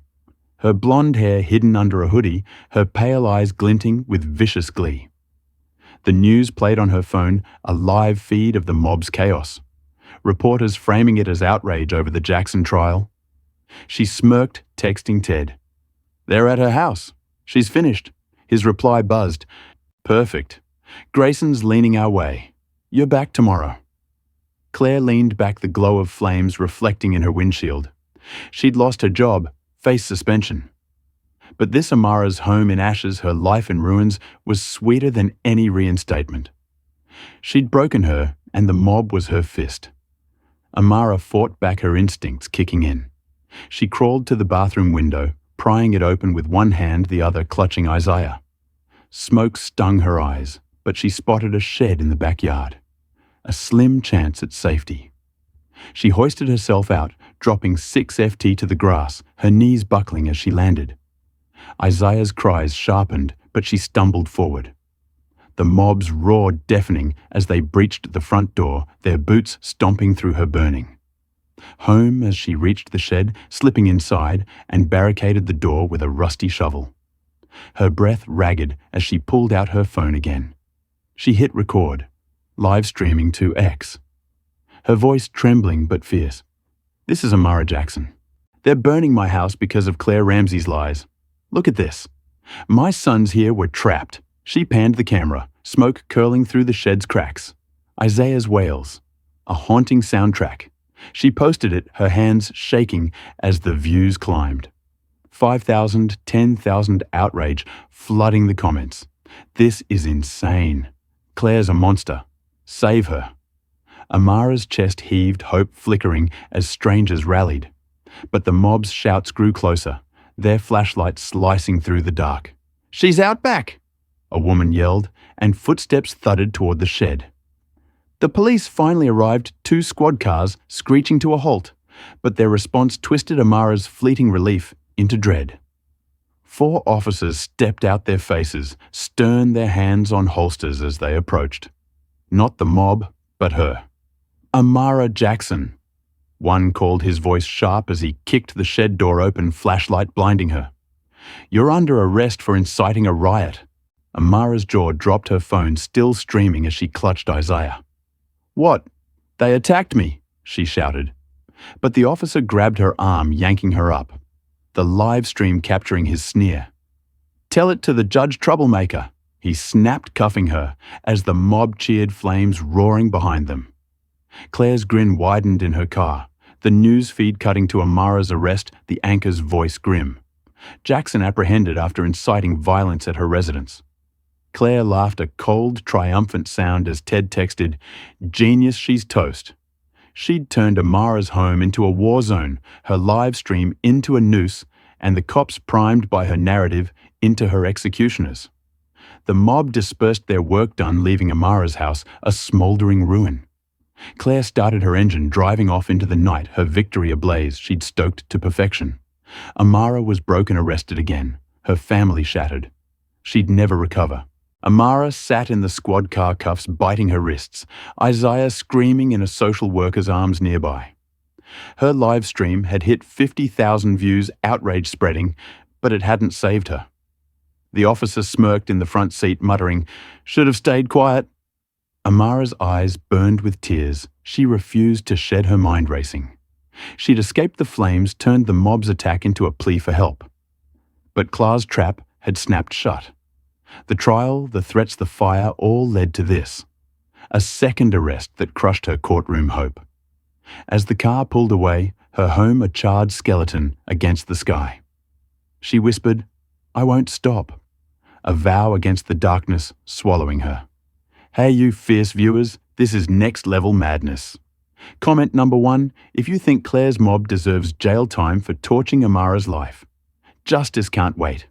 Or drop a 2 if you believe Amara's live stream will turn the tide against this hate. If you're screaming at this outrage like, "We are," smash that like button, subscribe and hit notifications. We're riding this storm with you. Amara's down, but not out. Can her voice break through the ashes, or will Claire's fire burn her to the ground? The Los Angeles County Jail swallowed Amara Jackson whole the morning after her home burned. Its grey walls closing in as she stumbled through intake. Her wrists chafed raw from the handcuffs that had bound her during the mob's attack. Her 6-month-old son, Isaiah, was gone, taken by Child Protective Services after her arrest for inciting a riot, a charge born from Claire Ramsey's twisted lies and the cops' refusal to see her as a victim. Her navy blazer was replaced by an orange jumpsuit, her hair tangled from the night's chaos, her dark eyes hollow but unyielding. She'd live-streamed. The invasion turned the mob's hate into a cry for help and thought the world's outrage would save her. Now locked in a cell, she faced a hell she hadn't imagined. The holding area stank of bleach and despair, its concrete floor under her bare feet as guards shoved her forward. 2 officers, both white, loomed over her, their badges glinting in the dim light. The taller one, a beefy man with a shaved head, sneered as he tossed her a thin blanket. "You don't belong anywhere, do you?" he said, his voice thick with the same contempt Claire had spat on the plane. The shorter guard, wiry with a scar across his cheek, chuckled, leaning close. "Ramsey's a hero around here. You're just trash." She took out. Amara's stomach twisted, her breath shallow, as she clutched the blanket, refusing to let their words break her. She was shoved into a cell block, the iron bars clanging shut behind her, locking her in with a dozen other women. The air buzzed with tension, eyes tracking her every move. A group of inmates, their faces hardened by time, whispered as she passed, their voices low but venomous. "That's her, the one who attacked Claire," one muttered, her tattooed arm flexing as she cracked her knuckles. Amara's live stream had gone viral. Over 100,000 views now. But here, Claire's narrative reigned. The guards had spread it, their bias a spark that lit the cell B block's views. Amara kept her head high, her jaw set, but fear coiled tight in her chest. The attack came at dusk, the cell block lights flickering as dinner trays clattered. 3 inmates cornered her near the bunks, their movements swift rehearsed. The leader, a stocky woman with a shaved head and a scar slicing her brow, grabbed Amara's arm, twisting it hard. "Claire's got friends here." She hissed, her breath hot against Amara's face. "You're done." A second woman, lanky with matted hair, swung a fist, catching Amara's jaw with a crack that sent her reeling. The third, wiry and silent, kicked her ribs, the pain exploding as Amara crumpled. Her gasps drowned by their grunts. The guards watched from the catwalk, their radios silent, their smirks visible through the bars. Amara curled into a ball, protecting her core as blows rained down her mind, screaming for Isaiah, for Marcus, for air. Blood trickled from her lip, her vision blurring. But she wouldn't beg. She'd survived the slap, the mob, the fire. This wouldn't break her either. The leader raised a shank, a jagged metal shard, glinting in the dim light, but a shout stopped her. "Enough, Tara." A wiry black inmate with grey streaks in her braids shoved through her eyes, blazing. "Back off. She ain't your enemy." The attackers hesitated, Tarara's presence a shield, and slunk away, muttering curses as the guards finally barked. "Break it up." Tara helped Amara up, her grip firm, but gentle, her voice low. "I saw your live stream. You're not what they say." Amara wiped blood from her mouth, her ribs throbbing, and nodded, gratitude swelling despite the pain. "Thank you," she rasped, leaning against the bunk as Tara handed her a rag. "They're Claire's dogs." Guards egged them on. Amara's eyes narrowed, her mind sharpening through the haze. Tara was an ally, a crack in this prison's wall. She'd fight from here somehow. She whispered, "I need to get word out." And Tara grinned, slipping her a pencil stub. "Write it. I'll smuggle it." Outside, Marcus waged war. He stormed Horizon Airlines HQ, his 6'4" frame a thundercloud as he slammed files on his desk, his deep voice barking orders to Evelyn over the phone. "She's in jail again. CPS took Isaiah. Find that footage now." Evelyn's reply crackled. "Working on it. Courthouse glitch wasn't random. Claire's union's dirty. I've got a lead." Marcus paced, his hands trembling, as he dialed Kesha, who'd fled with Isaiah to a safe house. "He's okay," she said, her voice tight. "But they're hunting us." Marcus's jaw clenched, his rage a furnace. Claire had turned his family into prey, and he'd burn her world to ash for it. In her motel room, Claire gloated. The UTV replaying Amara's arrest, her reinstatement now official. She lounged on the bed, her blonde hair loose, her eyes gleaming, as Ted called. "You're back tomorrow. Union's got Grayson locked. She's facing years." Claire laughed. A sharp, victorious sound. "Good. She's where she belongs." But then Ted's tone shifted. "Her live stream's at 200,000 views. People are pissed." Claire's smirk faltered, her fingers tightening on the phone. She refreshed X. Amara's plea from the shed was trending. cracks forming in her narrative. She texted a guard contact. Plant drugs on her. Life sentence now. Amara scribbled a note in the cell, her pencil shaking as Tara hovered watching for guards. Marcus, I'm alive. Claire's got the jail rigged. Attacks drugs next. Get me out, she wrote, folding it tight. Tara slipped it into her sock. Her nod firm. I'll get it to the gate. Hang on. Amara leaned back. Her body bruised, her spirit battered but unbroken. The live stream had sparked hope, Tara's help a lifeline. She'd thought the mob was Claire's final blow, that her arrest was the end. Now locked in this hell, she saw the depth of Claire's hate.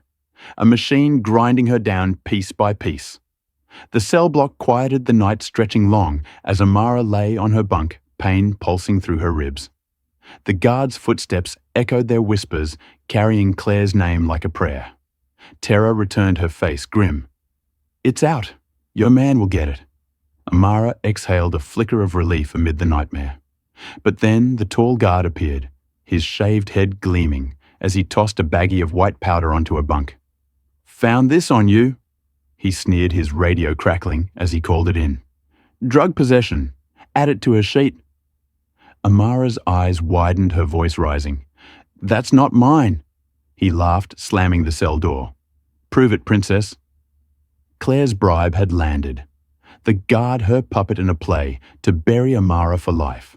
The cell block stirred inmates watching as Amara stood the baggie, a death sentence in her hands. She tossed it back, her voice still. You won't win this. The guard smirked, walking off, but Terra's eyes met hers.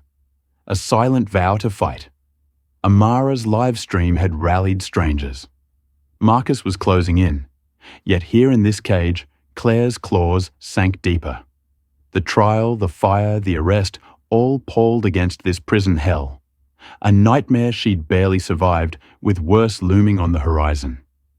2 days after Amara Jackson's jail nightmare began, the Los Angeles County Jail buzzed with a restless hum, its grey corridors echoing with the clatter of trays and the shouts of inmates.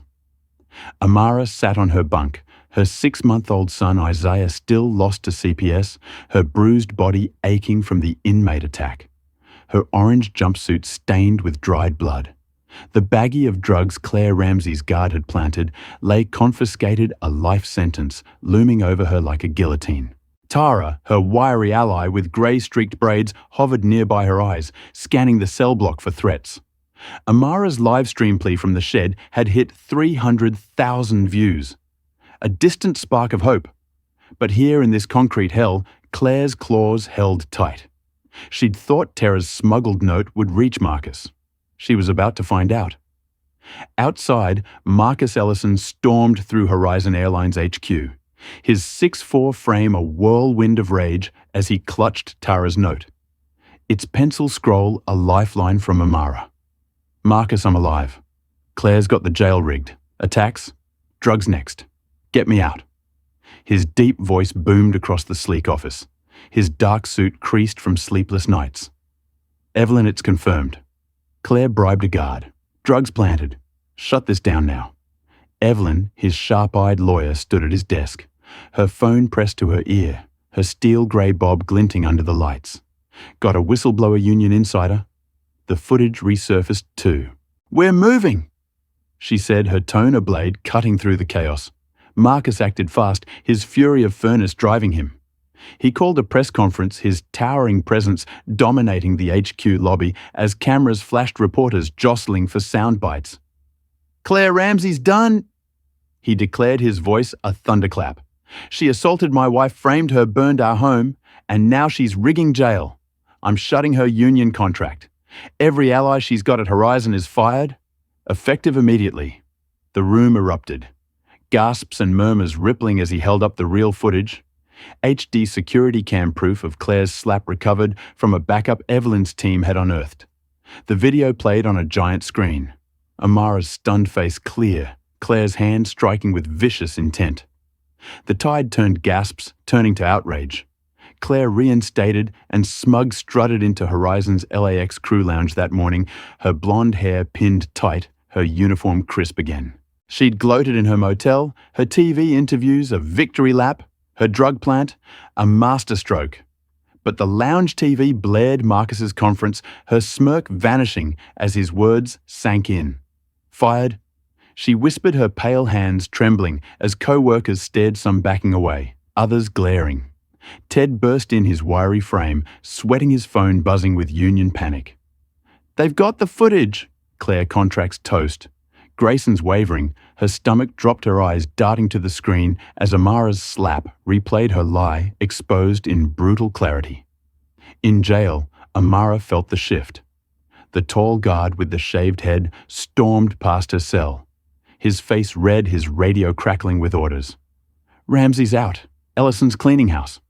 A voice snapped through static. The inmates who'd attacked her exchanged uneasy glances, their bravado fading, as Tara grinned, her voice low. "Your man's a beast." No two worked. Amara's chest swelled, her bruises pulsing with renewed hope. The cell block buzzed. Guards scrambling. The planted drug suddenly a liability. Evelyn's whistleblower had flipped, naming Claire's guard, and the real footage hit X. 500,000 views in hours, drowning Claire's doctored lie with truth. The courthouse reconvened that afternoon, Judge Grayson's jowls quivering as Evelyn strode in the HD footage, loaded on a new drive. "Your Honor, this proves my client's innocence," she said, her voice steel as the slap played. Claire's hand unmistakable. Grayson's bias cracked his pen, stilling as the jury gasped, the young black woman nodding fiercely, the older man's face paling. The prosecutor stammered, This changes nothing." But his voice faltered. Grayson banged his gavel, his tone grudging. "Charges dismissed. Jackson's free." Amara's cuffs clicked off, her wrists raw, but her spirit soaring as she walked out, the jail doors slamming shut behind her. Marcus met her at the gate, his arms engulfing her. Isaiah nestled in a carrier against his chest. "You're home?" he said, his deep voice breaking as she kissed Isaiah's forehead, tears spilling free. Crowds cheered beyond the fence. Her live stream army chanting her name signs, waving Amara's truth wins.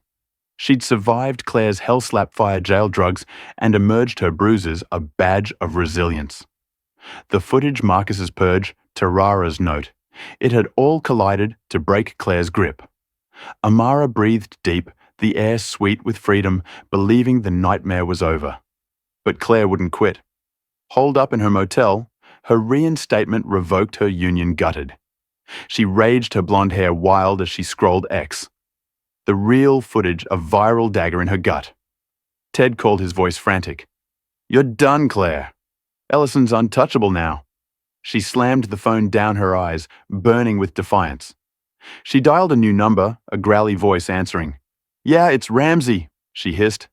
"Kill her tonight. I'll pay double." The hitman grunted. "Consider it done." Claire smirked, her loss a spark for a deadlier fire. Amara's release wasn't the end. It was her next target. That night, Amara stood in a hotel room Marcus had secured. Their burned home, a memory they couldn't face. Isaiah slept in a sati crib, his tiny breaths calming her as she showered, washing jail's filth away. Marcus paced the hall, his phone buzzing with Evelyn's updates. Claire's broke unions dissolved. She's got nothing left. He exhaled, joining Amara, his hand brushing her shoulder. "We won," he said, his voice soft. She nodded, her wet hair dripping, relief washing over her like the water. The trial, the mob, the cell, all faded under this fragile peace. Then it happened. A blast rocked the parking lot, the hotel window shattering as Amara's car exploded, flames licking the night sky. She screamed, diving for Isaiah as Marcus yanked them behind the bed glass, raining around them. The hitman. A shadow in a black jacket slipped away, his silenced pistol still warm from a warning shot through the windshield. Amara's heart pounded, her victory torched in an instant. Claire's voice echoed in her mind, her motel rant, her unyielding hate. The jail had been a cage. This was a death sentence. Marcus grabbed his phone, dialing 911 as smoke curled through the room, his voice a roar. "Explosion outside? Get here now." Amara clutched Isaiah, her bruises flaring, as she crawled to the door, the heat seeping in. The cheers from her release faded, replaced by sirens wailing in the distance. Claire had lost everything. Job union trial. But she'd struck back. Her hitman a phantom, turning Amara's freedom into ash. The hotel shook, guests screaming in the halls, and Amara's eyes met Marcus's. Her voice a whisper. She won't stop. He nodded, his jaw set, knowing the war wasn't over. Midnight draped Los Angeles in a shroud of haze. The hotel parking lot ablaze as Amara Jackson crouched behind the bed. Her 6-month-old son Isaiah clutched tight against her chest. The explosion of her car had shattered the window glass shards, glinting like jagged stars across the carpet. The acrid stench of gasoline and smoke flooding the room. Marcus Ellison, her towering husband, shielded them, his 6'4" frame taut with fury as he scanned the wreckage outside. His deep voice, a low growl. "Stay down, Amara." Her bruises from jail throbbed, her orange jumpsuit swapped for a hotel robe, but her dark eyes burned with resolve. Claire Ramsey's hitman had struck, turning her release into a death trap. She wouldn't let it end. Here, flames roared in the lot below. The mangled husk of Amara's sedan, a fiery beacon, as hotel guests screamed, fleeing down hallways clogged with panic. Sirens wailed in the distance, too far to save them now. A shadow moved outside. A man in a black jacket the hitman Claire had hired, his silenced pistol glinting as he crept toward the hotel stairwell. Amara's heart pounded, her breath shallow as she whispered to Isaiah, "Shh, baby, we're okay." His whimpers soft against her racing pulse. Marcus grabbed a lamp, yanking its cord free, his hand steady despite the chaos. "He's coming up," he said, his tone lethal, ready to fight. Amara's mind raced, survival instincts kicking in. She'd escaped jail, the mob, the fire. This was her stand. She spotted the neighbor's shed key on the dresser, a relic from their burned home she'd kept in her bag.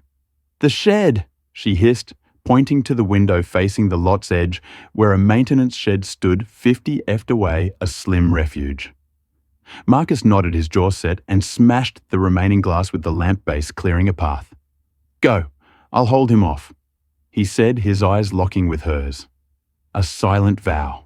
Amara kissed Isaiah's forehead, her legs trembling, but her will iron, and climbed out, dropping to the grass, with a thud that jarred her ribs. The hitman reached the third-floor hallway, his boots silent on the carpet, his pistol raised as he scanned room numbers. Marcus waited inside, lamp in hand, his breath steady as the door creaked open. The hitman stepped in, eyes narrowing, and Marcus swung the heavy base, cracking against the man's skull with a sickening crunch. The gun clattered, firing a muted shot into the wall as the hitman staggered, blood trickling from his temple. Marcus lunged, tackling him, his fists pounding, as the man fought back, a knife flashing from his sleeve, slicing Marcus's arm with a wet rip. Amara stumbled across the lot, Isaiah's weight slowing her as flames cast wild shadows around her. The hitman's grunts echoed from above Marcus's roar, a lifeline she clung to. She reached the shed, kicking the door open, its rusty hinges groaning as she slipped inside. Tools littered the floor: shovels, a crowbar, a coil of rope, her eyes darting for a weapon. She grabbed the crowbar, her hands slick with sweat, and wedged it against the door, barricading it as footsteps thudded closer. The hitman had broken. Free, shoving Marcus aside, his knife dripping as he leapt from the window landing with a roll in the gravel below. Claire watched from a safe house across town, a dingy apartment she'd rented with her last cash. Her blonde hair tangled her pale face, lit by her phone's glow. The hitman's text buzzed. "Car's gone. She's in the shed." Her lips curled, her voice a hiss. Finish her. She'd lost her job, her union, her trial. But this Amara's death would be her win. The news looped the explosion, framing it as unrelated vandalism. But Claire knew better. Her manifesto, a racist screed she'd drafted to rally. Her followers sat ready on X, a final blow to ignite chaos if the hitman failed. She wouldn't accept defeat. Not yet. Amara pressed against the shed wall. Isaiah's cries hushed by her trembling hand as the hitman prowled outside his silhouette, a spectre in the firelight. He kicked the door, the crowbar bending, but holding his growl audible through the wood. "Come out, or I burn it down." He snarled, his knife scraping the frame. Amara's mind flashed. Jail the mob, the planted drugs. She'd outsmarted worse. She grabbed the rope, looping it around a ceiling beam, and tied a slip knot. Her hands swift despite the fear. She set Isaiah in a corner, whispering, "Stay, baby," and climbed, perching above the door as the hitman kicked again, the crowbar snapping. The door burst open, the hitman lunging in his pistol, sweeping the dark.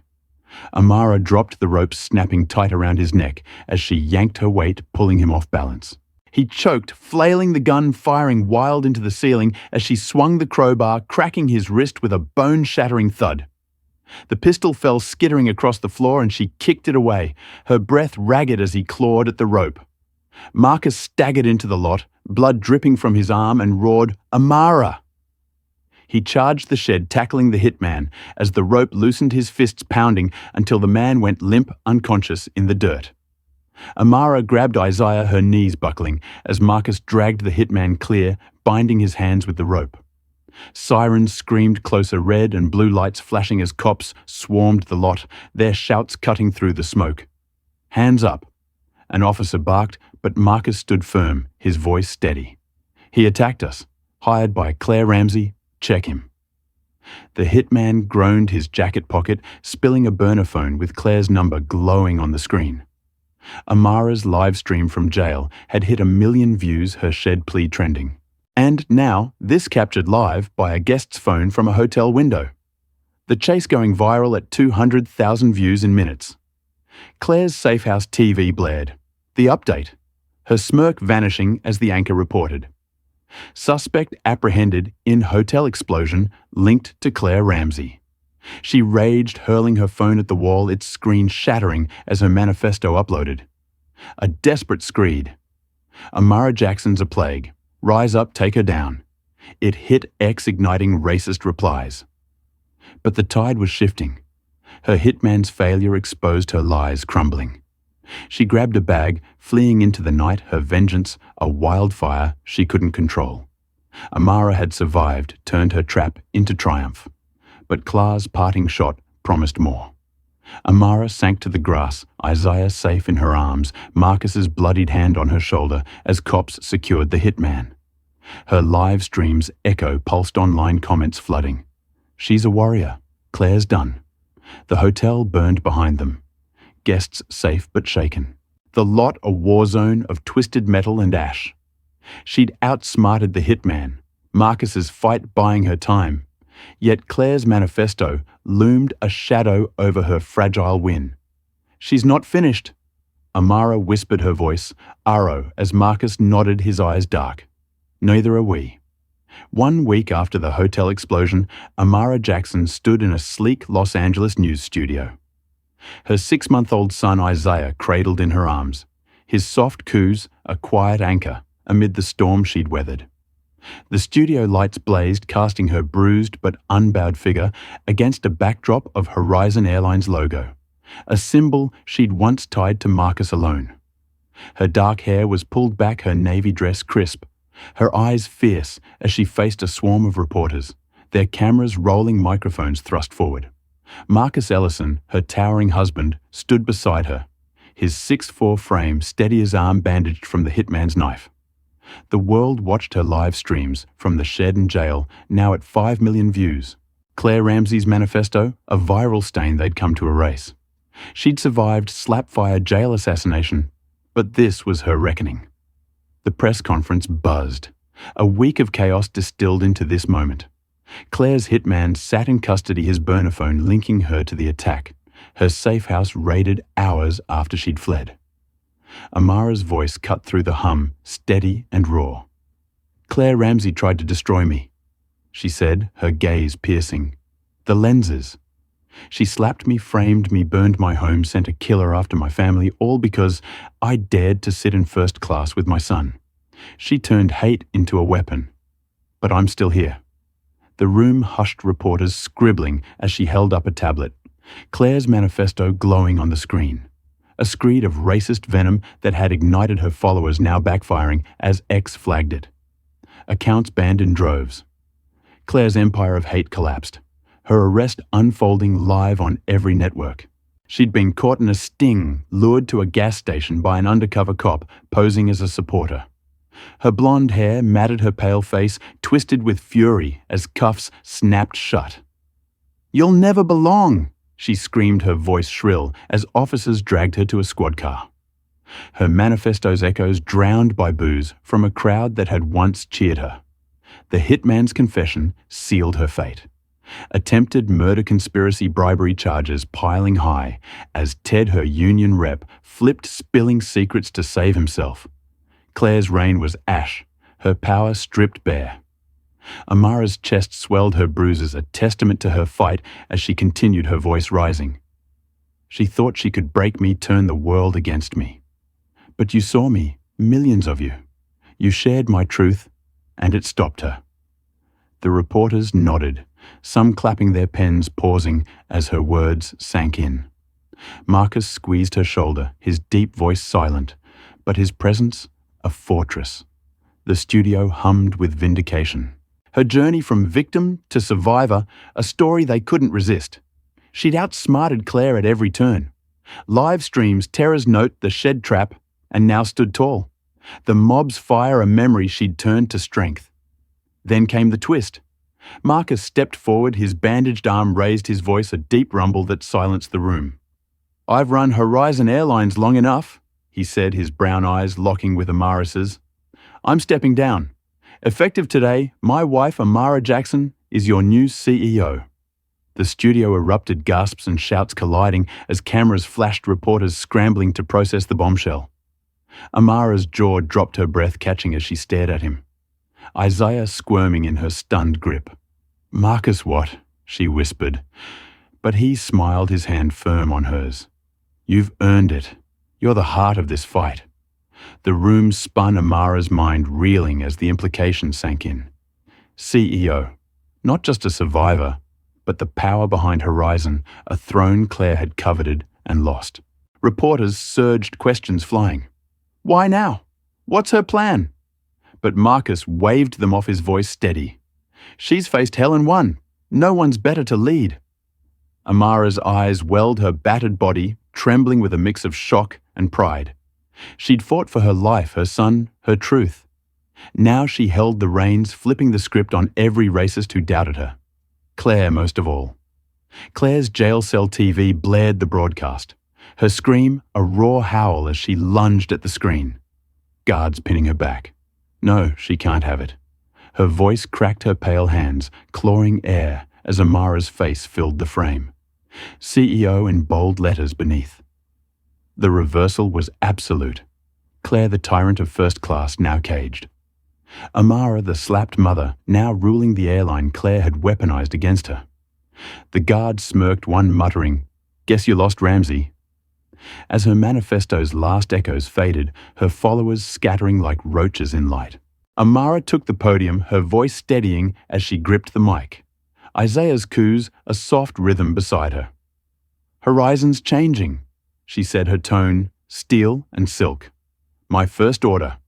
Anyone who spews hate like Claire Ramsey is banned from our flights for life." The room cheered, applause thundering as Marcus nodded. His eye pride a quiet fire. She turned survival into power, her battered hands rewriting the rules Claire had lived by. The reporter scribbled, headlines forming from victim to victor. Amara Jackson takes Horizon. As the studio pulsed with a new energy, her reign beginning.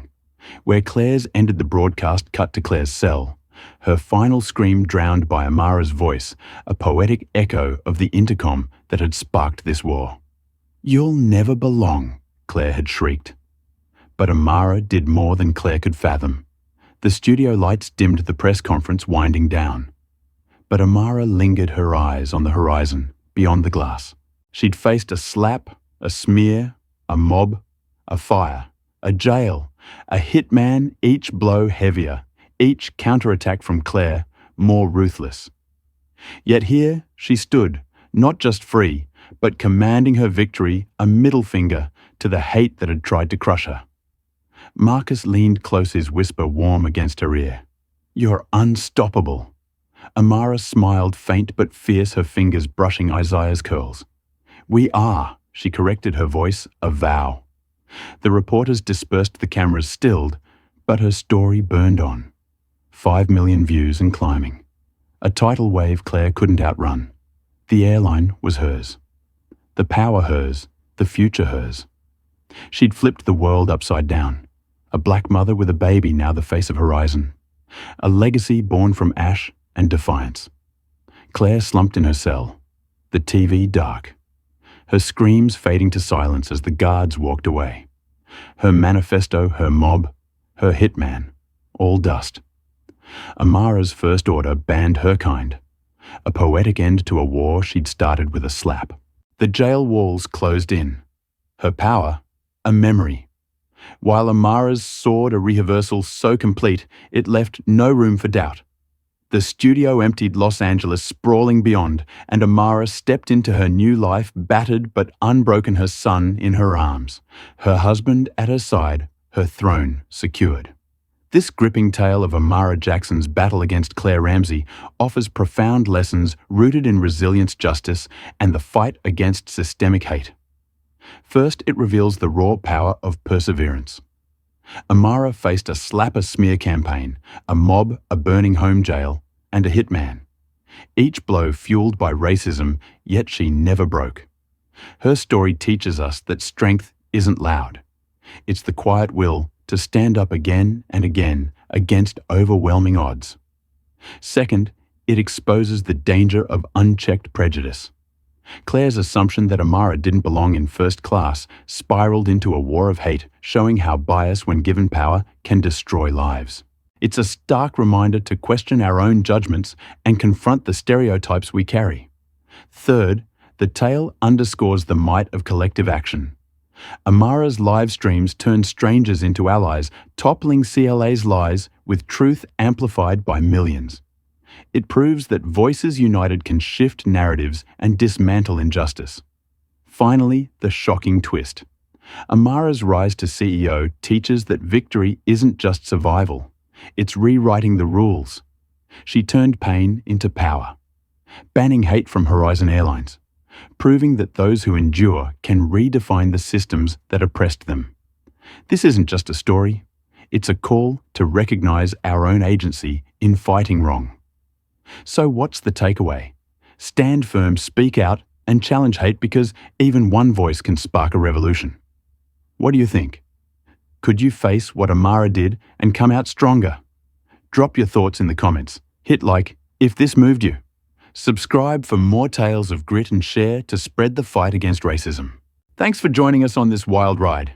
Here's to courage, justice, and a world where every seat belongs to everyone.